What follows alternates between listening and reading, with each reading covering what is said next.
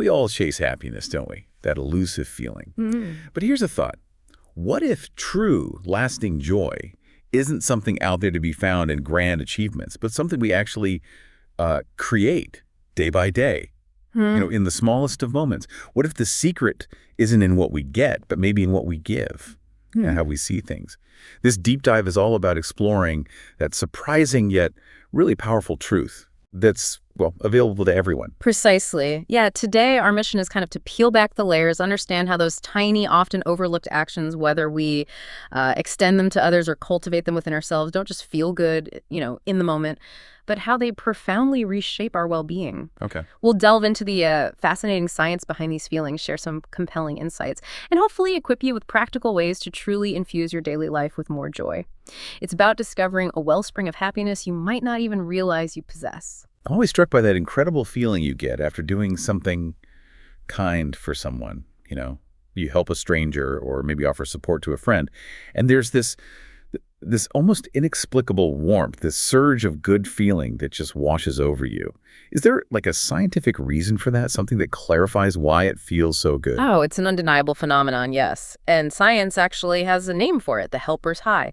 What's truly fascinating is that studies using fMRI scans have shown the same reward centers in our brain light up when we perform acts of kindness as they do when we receive a reward. Really? The exact same area? Exactly. It activates our brain's natural reward system. This leads to a measurable boost in feel-good neurochemicals like dopamine that drives our sense of reward, serotonin, our mood stabilizer, and oxytocin. The bonding hormone, right? That's the one often called the bonding hormone for its role in connection. It's this positive feedback loop, It's so powerful. Some researchers even describe it almost like a form of pro-social drug addiction. The good kind, of course. A good addiction. Right. And this isn't just a fleeting, warm, fuzzy feeling. This physiological response actively reduces stress and anxiety. It contributes to a lasting sense of satisfaction, overall well-being. And here's where it gets even more interesting. These benefits aren't just for the giver. All right. The recipient feels it, naturally. But even people who simply witness an act of kindness can experience a similar positive activation in their brain. Wow. So just seeing it happen can make you feel good, too. It's quite powerful. So it's not just a nice thought, then. It's a real, tangible chemical boost. It genuinely helps us feel better, physically and mentally. And beyond that immediate chemical reaction, these acts, they naturally foster stronger social connections, right? And cultivate a sense of purpose. Exactly right. Knowing you've made a positive difference, however small, can significantly enhance your self-worth. And what's particularly compelling here is the contagious nature of emotion. Think about how easily a negative emotion like, say, anger or frustration can spread. If a boss has a bad day, snaps at an employee, that employee might carry that tension home, maybe snap at their spouse. Who then might be short with their kid. Yeah, I can see that chain. Exactly. That negative energy can ripple outwards, affecting people far removed from the initial source. Okay, so if negative emotions can spread like that, does kindness work the same way? Can a single act of kindness really set off a positive chain reaction? Absolutely. And that's the good news. Kindness is just as contagious, maybe even more so in some ways. But instead of anger or fear, it spreads compassion and positive energy. Research consistently shows that people who witness kind acts are often motivated to perform one themselves. So if I see someone do something nice, you might find yourself more inclined to do something similar later that day. Yeah.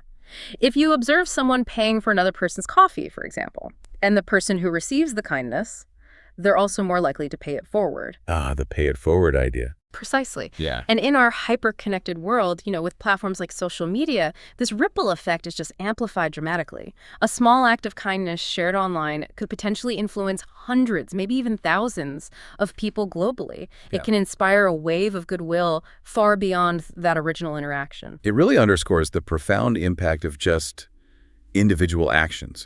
How we can initiate this cascade of positive change simply by choosing kindness in our daily lives. We're setting those positive dominoes in motion. Okay, so we've explored how giving outward fuels our joy. But what about the happiness we can cultivate within ourselves, without needing an external act necessarily? It turns out that secret often lies in the smallest, most overlooked moments of our day, doesn't it? It truly does. Yeah, true joy often blossoms when we unlock those simple everyday moments and connect with our inner world. Think about the fundamental mind-body connection. Just 5 to 10 minutes of morning sunlight, it can do wonders. Really? Just sunlight. Yeah. It signals to your body to reset its internal clock, boosts serotonin production. It naturally elevates your mood and energy for the day. Or consider the immediate calm from taking, say, 5 deep, deliberate breaths. It literally calms your nervous system, reduces stress, sharpens focus. Even something as basic as hydrating first thing in the morning can kickstart your metabolism and, noticeably improve your mood and alertness. It's amazing how these subtle physical habits can have such a profound mental impact. They absolutely can. And then there's the power of presence, mindfulness. A short, unstructured walk allows your mind to just wander, clear itself, encourages you to be deeply aware of your surroundings, your inner thoughts. It's a natural stress reducer. Like hitting a reset button. Exactly. Brief digital detox breaks, too. Even just for, say, 15 minutes can significantly reduce mental clutter, emotional fatigue, helps you reconnect with the present moment. And sometimes, the most significant act of kindness and a source of deep joy is simply being present for someone who needs to talk. Yeah. Offering a truly listening ear without judgment. That's a big one. Beyond the mental and physical shifts, you mentioned sensory pleasures and the satisfaction of simple achievements. How do those little wins contribute? Oh, immensely. There's an unexpected depth of joy in the simple aroma of freshly brewed coffee in the morning, or the comforting warmth of a bath after a long day, or even just the quiet satisfaction of seeing a clean room after tidying up. Guilty. I love that feeling. Right. Even the small achievement of ticking items off your to-do list can bring a surprising sense of accomplishment, like a mini victory. These moments are often overlooked when we're chasing bigger things, but they're crucial contributors to daily fulfillment. I definitely relate to that to-do list satisfaction. And what about connecting with nature? You mentioned sunlight, but more broadly. Nature offers incredible grounding, a sense of wonder, watering your plants, watching them thrive, observing birds outside your window, appreciating the way sunlight filters through leaves, or even just the earthy smell after rain. These moments can deeply uplift your spirits, foster a profound gratitude for life itself, reminds you of your place, Grounding. And people, of course. People are a huge source of joy for most of us. Indeed. Cherishing random memories that pop up on photo apps instantly reminds us how much we love and are loved. Brief but quality conversations with loved ones, a lively family game night, or the pure, unconditional love from pets. Oh, pets are the best. That enthusiastic wagging tail, a comforting purr, they all demonstrate our immense capacity to give and receive love. These relational joys are fundamental. And for those who need maybe a different kind of outlet, something more internal. Yeah, creative outlets, engaging with music, exploring art, or simply writing in a journal can be incredibly soothing for our minds. They provide avenues for self-expression, can even lead to surprising self-discovery. Sometimes, the lyrics of a random song might just perfectly articulate what you're feeling, almost like an indirect signal from your own subconscious. All these little things, when we consciously notice and appreciate them, they accumulate into immense daily joy. It's striking how all these everyday joys, both the external ones and the internal ones, seem to feed right into the transformative power of gratitude. That's a crucial connection, absolutely. Gratitude isn't merely a fleeting emotion, it's a conscious practice. It actively rewires the brain to focus on positivity. Researchers like Robert Emmons and Michael McCullough have extensively documented this, how a consistently grateful outlook leads to higher levels of joy, increased energy, better sleep. Better sleep. That's interesting. Yeah, stronger family ties, fewer symptoms of stress. People who regularly practice gratitude report feeling better about their lives as a whole. They're more optimistic and even experience fewer physical ailments. That's a pretty compelling argument for practicing gratitude. But, for listeners who might feel like they're just forcing it sometimes, or that life challenges make it hard to feel genuinely grateful, what's your advice for starting this practice authentically? That's a very valid point. Authenticity is absolutely key. You can't just fake it till you make it. Not really. So one powerful way to start is journaling. Commit to writing down maybe just one positive moment each day, or 3 things you're grateful for each night before sleep. This consistent act helps literally rewire your brain to scan for the good. Okay, one thing. That sounds manageable. Exactly. Second, genuinely tell people what you appreciate about them. Be specific, be sincere. It means a lot.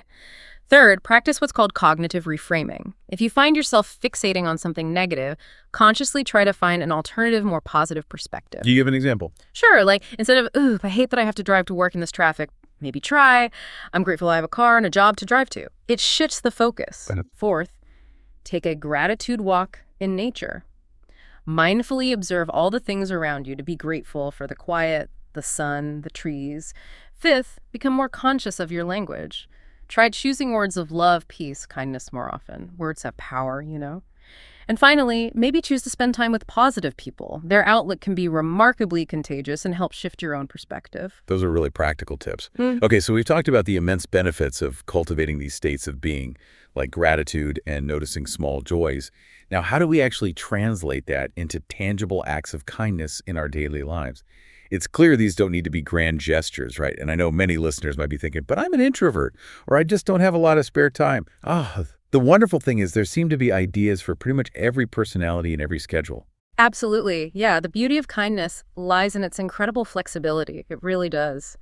For those who prefer anonymous or maybe low-contact gestures, the options are plentiful. You could leave an encouraging note in a public place, maybe on a park bench, or tucked into a book at a bookstore. Imagine the surprise. That would be nice to find. Right. Or discreetly slip a few dollars into the pocket of some clothing in a store for a future shopper. Leaving a water bottle with a thank you note for your mail carrier or delivery person, another thoughtful, low-contact idea. Even just quietly picking up trash in a park or anonymously tidying a shared space like an office kitchen. It makes a difference without needing direct interaction. The goal isn't recognition, it's the impact. Those are fantastic for someone who might feel a bit shy about direct interaction. What about brief yet meaningful interactions, things that just brighten someone's day in passing? For those, think simple yet powerful everyday exchanges. Offer a sincere compliment to a stranger, something like, I really like your shirt, or that color looks fantastic on you, just as you pass by. Takes 2 seconds. Exactly. A genuine smile at strangers, incredibly contagious, lifts both your spirits. Holding a door open for someone, letting another driver merge in traffic, or even allowing someone with just a few items to jump ahead of you in the supermarket queue. Small courtesies, but they can make a surprisingly big difference. Even just saying good morning to someone you pass daily can create that little moment of positive connection. And for more personal acts, things involving people we already know. Those are often the most deeply rewarding, aren't they? Sending a handwritten letter, imagine getting one of those now, or an unexpected bouquet of flowers to a friend or grandparent. Very touching. Offering to babysit or walk a friend's dog for them, cooking a meal for a loved one when they're busy or unwell. A simple motivational text or even just a funny joke sent to someone who's struggling can provide a much-needed lift. And sometimes it's as profound as just calling a friend you haven't spoken to in a while. Just to catch up, maybe share a random good memory you have together. Connecting. Beyond our immediate circle, though, are there ways to engage with the wider community? From sort of micro-volunteering to more involved efforts. Definitely. You can pay for someone's coffee or bus fare anonymously, or leave a few quarters at a laundromat for the next person. Dropping off snacks at, say, a rehab center for people in all-day classes, a small but truly appreciated gesture. Donating books or art supplies to a local library helps their community programs. And if you have more time, volunteering at a soup kitchen or animal shelter, or spending time with a nursing home resident who rarely gets visitors, that can be incredibly fulfilling. The key, as research shows, is consistency and the pure intention behind the giving. Voluntary personal acts often yield the most profound satisfaction, and they accumulate significant well-being benefits over time. Thinking about all this generosity directed outwards, it really raises a critical question, doesn't it? How can we give to others sustainably if we're not also, nourishing ourselves? This brings us to a vital, often overlooked concept: self-compassion. This is truly foundational. Yeah, self-compassion is frequently misunderstood. It's not self-pity, it's not self-indulgence. Instead, it's a conscious practice of goodwill towards yourself, especially in moments of struggle or pain. Okay. It means mindfully accepting that a moment is difficult, and then responding to that pain with the same kindness, the same care, the same understanding you'd offer a dear friend. It's about acknowledging your imperfections, your challenges, as part of the shared human experience. We all struggle. Sometimes when you first start practicing self-compassion, you might experience something called a backdraft. Backdraft, like in firefighting. Exactly like that. Similar idea. When oxygen rushes into a burning house, the flames can temporarily intensify. When you open the door of your heart to yourself, sometimes old pain might initially increase as healing begins. It can feel worse before it feels better. Right, I see. In those moments, the most self-compassionate response might actually be to pull back temporarily.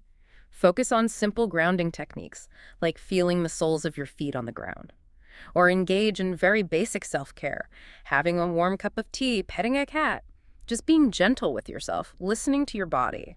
That deeper understanding of self-compassion is so important because caring for oneself, especially if you're a natural caregiver or someone prone to giving generously, it's absolutely crucial to avoid burnout. It ensures your own well-being isn't sacrificed for your generosity. Framing self-compassion as the foundation for a life filled with sustainable joy, both given and received, that really hits home. It's that essential oxygen mask principle, isn't it? Yeah. You have to put yours on first before you can effectively help others. Exactly. You simply cannot pour from an empty cup. It doesn't work long term. So, as we bring this deep dive to a close, let's remember, finding true joy, spreading happiness, it isn't really about grand, infrequent gestures. It's about a daily, conscious choice to engage in small acts of kindness for others, for the world around us, and crucially, for ourselves. These seemingly tiny acts aren't just fleeting nice things. They create a powerful, positive ripple effect. They actively rewire our brains, they deepen our connections, and they profoundly change our entire experience of life. These small, consistent acts accumulate. They offer profound and lasting benefits, reduce stress, enhance self-esteem, stronger social connections, a greater sense of purpose. It's a truly beautiful cycle where doing good genuinely does you good in ways that are both scientifically measurable and, deeply personally felt. So consider this. If true joy isn't just out there to be found, but something we actively create. And what one small act of kindness for yourself or for someone else, what will you choose to plant today? Knowing it could blossom into a garden of happiness you'd never even imagined.